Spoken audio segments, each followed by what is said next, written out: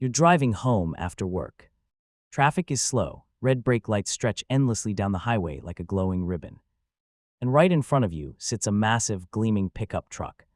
The kind that looks like it just rolled out of a showroom an hour ago, chrome shining under the evening sun, giant wheels, perfect paint, not a scratch anywhere. You glance at the badge on the tailgate and quietly do the math in your head. That truck probably costs $70,000, maybe more. You shift slightly in your seat and wonder something almost everyone has wondered at least once. How are so many people affording vehicles like that? Because here's the strange part.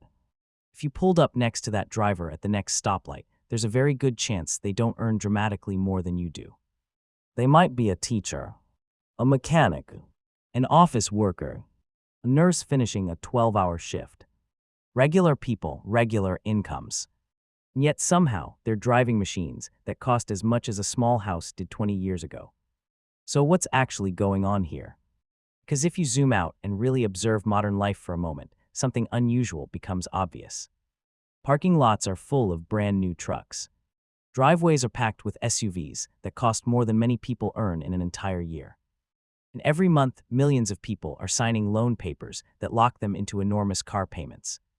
Not for 1 year, not for 2, but sometimes for 7, 8, even 10 years. And the strange part is most people don't feel like they're making a reckless decision. They feel like they're doing something normal. Responsible even. Which tells you something important. When a financial decision that big starts to feel completely ordinary, there's usually a system behind it. And that's the system I want to show you today. Because once you see it, you start noticing it everywhere. Picture a dealership on a Saturday afternoon.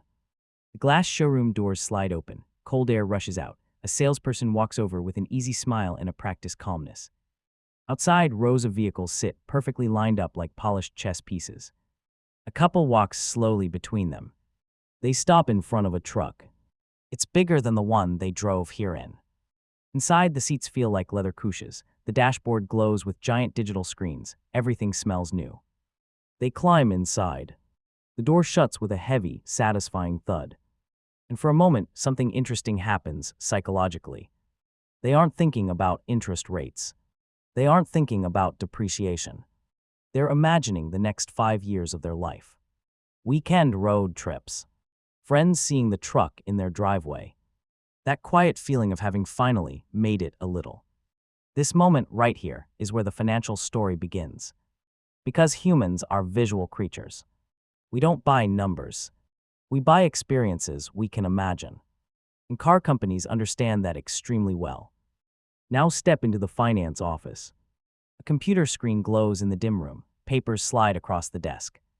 And this is where something subtle happens. The price of the vehicle almost disappears from the conversation. Instead, the discussion shifts to a single number. Monthly payment. Not $70,000. Not $80,000 after interest. Just what monthly payment are you comfortable with? It sounds harmless. Reasonable even. But this question quietly transforms how the brain evaluates the purchase. Instead of asking, is this vehicle worth $70,000? The brain starts asking, can I handle $800 a month? And those are two very different questions. Now imagine that same couple sitting there. They hesitate when they hear the first number. The payment is too high. So the finance manager types something into the computer. The screen refreshes. Okay, he says calmly, what if we stretch the loan out a little longer? 4 years becomes 6. 6 years becomes 7. Suddenly the payment drops. Just enough to feel manageable. That's the moment most people say yes. Because monthly payments are incredibly persuasive. They hide the true scale of the commitment. Like looking at the ocean through a tiny window. You see the surface, but not the depth. Now let's fast forward a few years. The same truck sits in a driveway. It's no longer shiny. There's a scratch on the bumper. The tires are worn. Inside the house, the owner opens their banking app on a quiet Sunday evening. The payment is still there. Month after month. And here's the uncomfortable part. The truck might now be worth $30,000. But the loan balance might still be $40,000. This is what's called negative equity. It means the object is losing value faster than the debt attached to it. Like trying to climb a hill while the ground slowly slides backward beneath your feet. Now imagine another scene. 3 years later, the owner walks into another dealership. Not because they planned to, but because they're tired of the truck. Or maybe the repairs are starting. Or maybe they just saw a newer model online and started imagining it. The salesperson looks at the trade-in value, then quietly says something that sounds helpful. We can roll the remaining balance into the new loan. It sounds convenient, but what actually happens is the old debt gets folded into a bigger new loan, like stacking one financial weight on top of another. And this is how people slowly enter what I call the car payment loop. You're always paying for vehicles, but you rarely fully own them. Now step back even further. Picture a typical suburban street at night. Driveways glow under porch lights. One house has a pickup truck, an SUV, maybe a third car for a teenager. Each one has its own payment. Each one has insurance, fuel, maintenance, registration. Individually, none of these costs seem outrageous, but together they quietly become one of the largest financial commitments in the household, sometimes bigger than the mortgage. And yet many families barely question it, because cars have slowly become something more than transportation. They've become symbols. Think about the commercials for a moment. A truck climbing through mountains, mud splashing across the tires, a voiceover talking about freedom and toughness. The message isn't really about the vehicle. It's about identity. The truck becomes a story about who you are. Hardworking, successful, independent. And when a purchase becomes tied to identity, the brain stops evaluating it purely financially.